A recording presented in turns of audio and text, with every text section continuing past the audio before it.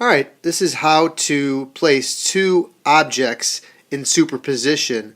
In other words, how to take one picture and place it on top of another to prove that two shapes are congruent. So we've got these two lions here, and one is a mirror image of the other. So to get the lion on the right to flip onto the lion on the left, we would just do that in one step. We could say it's a reflection over the line AB of points I, G, and H.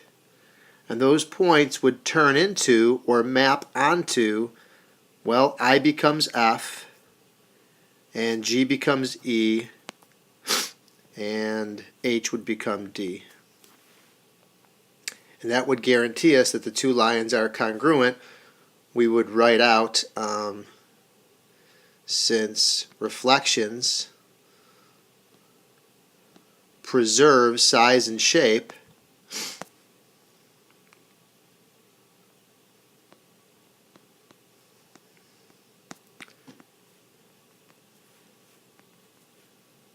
that the lions are congruent.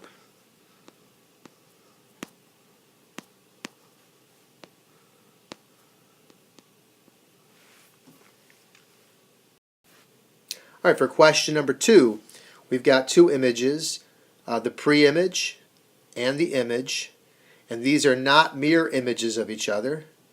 This is one triangle that has been pushed or slid or translated down and to the right. To come up with a rule to get these two triangles on top of each other, take a look at the before and after and draw a vector in that summarizes what's happening. So in this particular picture, every point on the pre-image got pushed to the right 1, 2, 3, 4, 5, 6 spaces and down 2. You can see that that rule applies for every single point. If I start here at point B and go 6 spaces over, 1, 2, 3, 4, 5, 6, and 2 down, I will end on the image. So this is an example of a translation.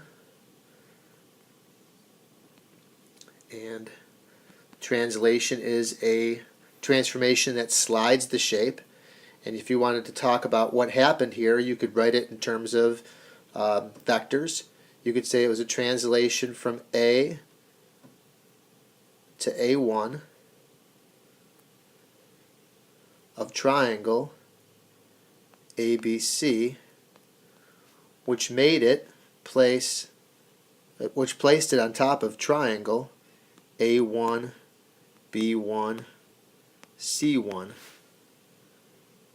And that's one way to write the transformation. You could have also described the transformation in terms of the coordinates. The x is getting larger by 6, and the y is getting smaller by 2. And either that or that would be acceptable to show in terms of symbols, in terms of what just happened. For question number 3, question number 3 is just showing an example of a rotation. Alright, for this boomerang example, I want to actually place one boomerang on top of the other, and to do that I'm going to need a rotation. And this is how I could start off by writing. I could write down that I'm going to be taking Q, R, S, P, and I'm going to be turning that into Q prime, R prime, S prime, P prime. And to do that, I'm going to need a rotation. So I'll write that with a capital R. And I have to decide where the hinge or the center of my rotation is going to be. And if I take a look at this picture right here, I want to place that hinge right at P so I can bring this shape and spin it onto there. So I would write down that I'm rotating with the center of rotation of P. Now I need a number of degrees. I can use the iPad here to show that.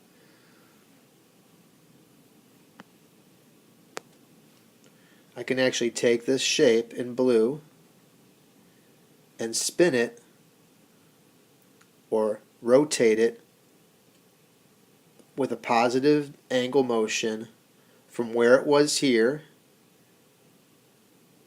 moving it up, and enclosing this angle that's between the two. If you could see that top segment PQ moves on to PQ prime. So I have to close that angle. Think of that as a mouth that's opening and closing. I have to close that angle to get it to go exactly right there. So the angle that I need to close runs from PQ to PQ prime. So that angle there is angle QP Q prime.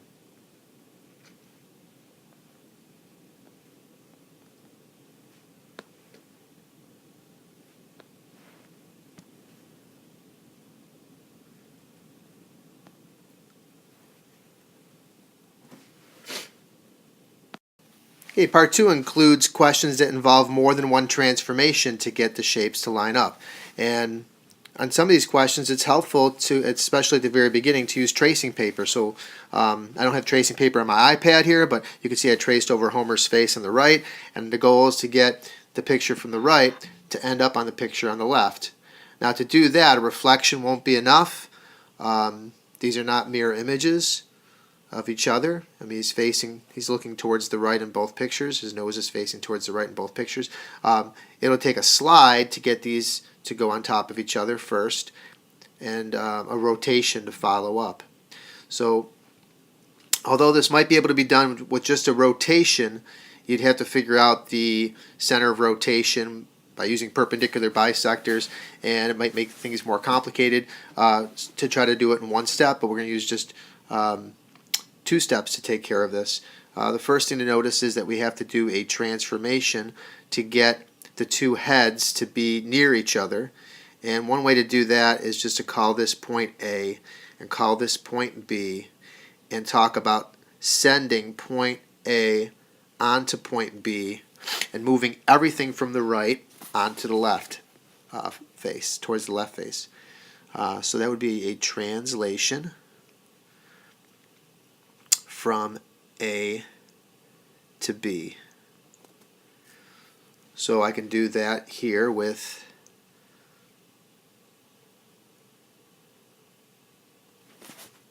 the tracing paper. You can do the same thing for yours. And I still have to rotate the head so that it lands on top of the original head. And to do that, I'd have to do a rotation. So the question is how many degrees do I need to close up here? Well, point S moved on to this place here, which we could call S prime. And now I have to close this angle right here to get the necks to line up. So I have to do a rotation of that many degrees. Where is the center of the rotation? Where is the hinge of the rotation? Would be point A. And I'm closing angle S prime AM. And this would be a composition of 2 transformations together, and that's what that dot means right here, is the composition dot. So what would it look like? See if my iPad is cooperating properly here. I think I'm going to do it. Alright, so the center of the rotation would be right there at point A, and I would take that angle and close it and bring those the neckline together so that the shapes are on top of each other.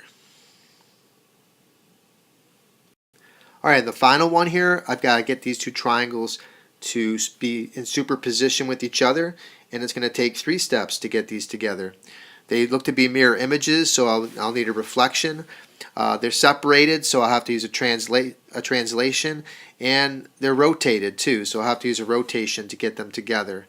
So on this particular question, the first thing I'm going to do is talk about my points. I'm going to take triangle FED and take those points and turn them onto, well, point F is going to match up with point C. Point E will match up with point B eventually, and D and A would land on top of each other. To take care of these more complicated ones, what I like to do first of all is a translation to get those two triangles on to be the point where they're actually touching each other on one common point. So I'll pick point F and C, and I will send the triangle on the right in the direction of the vector F to C.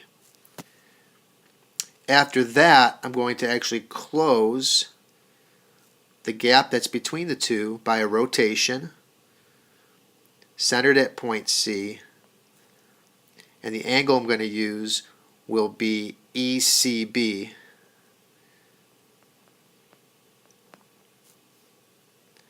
And then the third thing I'm going to do is I'm going to reflect that triangle over segment CB. So this is me writing down the course of action I'm going to take. Notice that I'm going from right to left when I write down what's happening first, second, and third.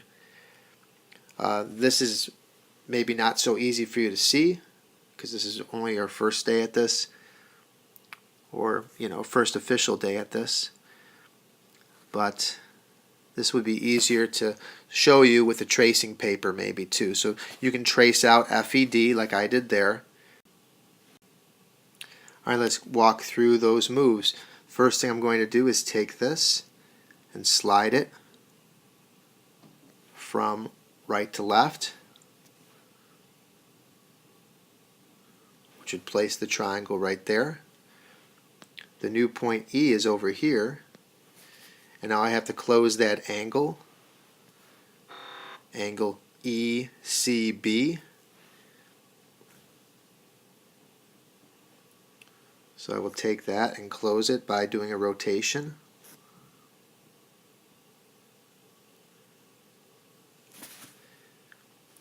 And then finish it up by doing a reflection that would flip it onto the other shape, and I can't really show that with the iPad. Alright, so that's how it gets done with the compositions, and I'll also post some solutions to the homework too. So look for that.